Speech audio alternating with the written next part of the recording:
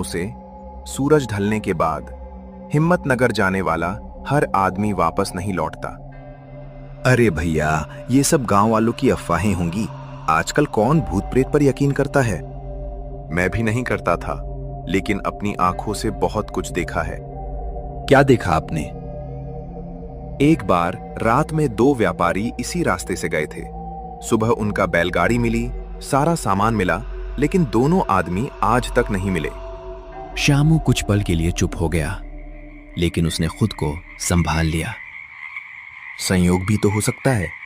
जंगल होगा, जानवर होंगे, कुछ भी हो सकता है। काश बात इतनी आसान होती। और क्या हुआ था?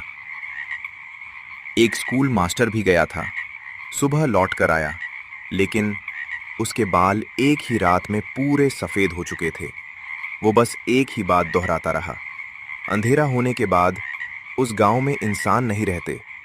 उसके बाद उसने कभी किसी से बात नहीं की। कुछ महीनों बाद उसकी मौत हो गई।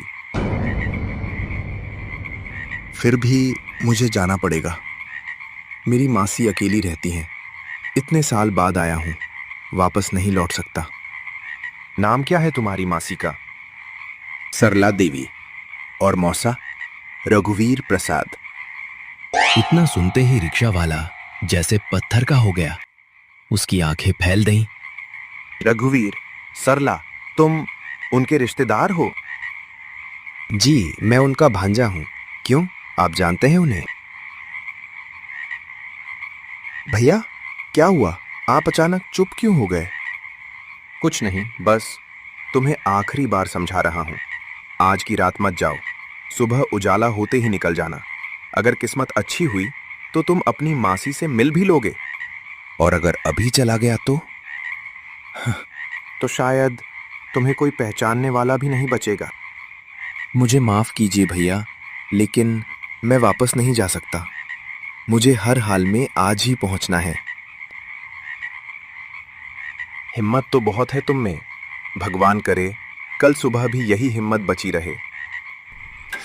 रिक्शा वाला धीरे धीरे अपना रिक्शा मोड़कर दूसरी दिशा में चला गया। श्यामू कुछ देर तक उसे जाता हुआ देखता रहा। बारिश के बाद सड़क पर फिर सन्नाटा छा गया। अब केवल हवा की आवाज सुनाई दे रही थी। श्यामू ने अपना बैग उठाया और अकेला हिम्मतनगर की ओर बढ़ गया। कुछ मिनट चलने के बाद उसे दूर अंधेरे में एक टिमटिमाती हुई पीली रोशनी दिखाई दी। वो एक छोटी सी चाय की दुकान थी, जहां उसका इंतजार कोई और कर